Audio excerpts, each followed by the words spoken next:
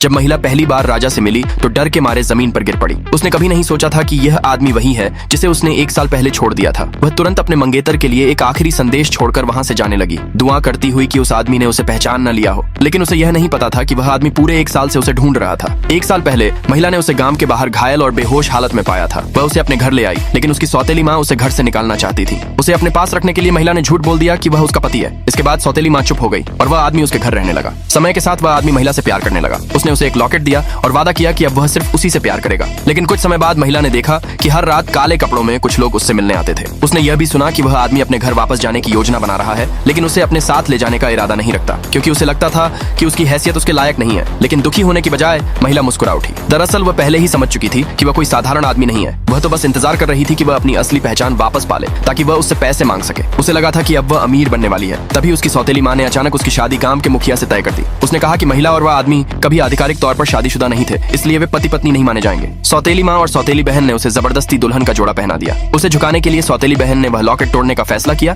जो उस आदमी ने उसे दिया था। महिला घबरा गई, क्योंकि वही लॉकेट उसके लिए पैसे लेने का जरिया था। जैसे ही सौतेली बहन उसे तोड़ने वाली थी, एक तीर आकर उसे पेड़ से जा चिपका। सौतेली माँ गुस्से में मुड़ी तो देखा कि तीर चलाने वाला वही आदमी था। अब वह शाही कपड़ों में था और अपने आदमियों के साथ आया था। गांव का मुखिया उसे सबक सिखाने की कोशिश करने लगा, लेकिन उसके आदमियों ने तुरंत उसका सिर झुका दिया। जब मुखिया ने उस आदमी के पास जेड का लॉकेट देखा तो उसे समझ आ गया कि वह शाही परिवार से है। वह तुरंत माफी मांगने लगा, लेकिन उस आदमी ने उसे जेल में डालने का आदेश दे दिया। फिर उसके सहायक ने लॉकेट महिला को लौटाया और कहा कि उसे आज ही जाना होगा। उसे अपराध बोध महसूस कराने के लिए महिला ने दिल टूटने का नाटक किया और पूछा कि उसने उसे धोखा क्यों दिया। सचमुच आदमी को ग्लानि होने लगी। उसने अपने आदमियों से सोने की ढेर सारी अशर्फियां निकालकर महिला को देने को कहा और महिला मन ही मन मुस्कुरा उठी। जब सौतेली माँ और बहन ने उसकी दौलत देखी तो उन्होंने जल्दी से पूछा कि क्या वह महिला से शादी करेगा। इससे पहले कि वह जवाब देता, महिला खड़ी हो गई और बोली कि उसकी हैसियत उसके लायक नहीं है। उसने उनका प्यार का प्रतीक आधा तोड़ दिया और ऐलान कर दिया कि अब उनका कोई संबंध नहीं रहेगा। ये देखकर आदमी गुस्से से वहां से चला गया। उसके जाते ही महिला सारा सोना लेकर अपनी सहेली के साथ गांव से भाग गई। उसकी सहेली को उनके प्यार पर अफसोस हुआ, लेकिन महिला ने कहा कि उसने उससे कभी प्यार नहीं किया। वह तो शुरू से ही उसके पैसों के पीछे थी। हालांकि उसने यह नहीं सोचा था कि वह आदमी सच में उससे प्यार करने लगेगा। पुरानी खुशियों को याद करते हुए उस आदमी ने अपने आदमियों को उसे ढूंढकर महल लाने का आदेश दिया। लेकिन जब उसे सौतेली माँ से पता चला कि वह सारा सोना लेकर भाग गई है तो उसे समझ आ गया कि वह उसे पूरे समय धोखा देती रही। गुस्से में उसने अपने आदमियों को किसी भी कीमत पर उसे ढूंढ निकालने का आदेश दिया।